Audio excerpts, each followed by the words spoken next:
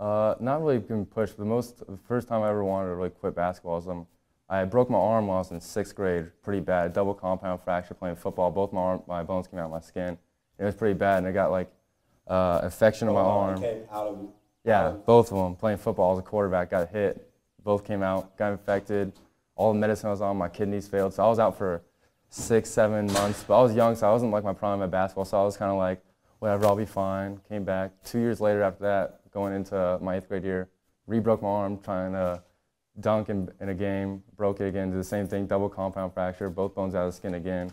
And after that, I didn't think I was going to play basketball ever again. I mean, my arm was just destroyed. I couldn't open my fist at all. It was just completely shut up.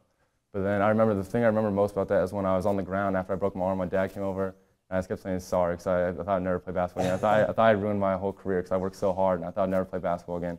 And then the recovery after that, I just thought I might as well quit. I mean, I'm never going to be able to be the same. It's not going to have like the same feel. I don't know. That's why I really wanted to quit. And then all the physical therapy and stuff, I came back strong as ever, worked twice as hard because I knew it could be taken away that quick. So that's why I wanted to quit. How does it feel now?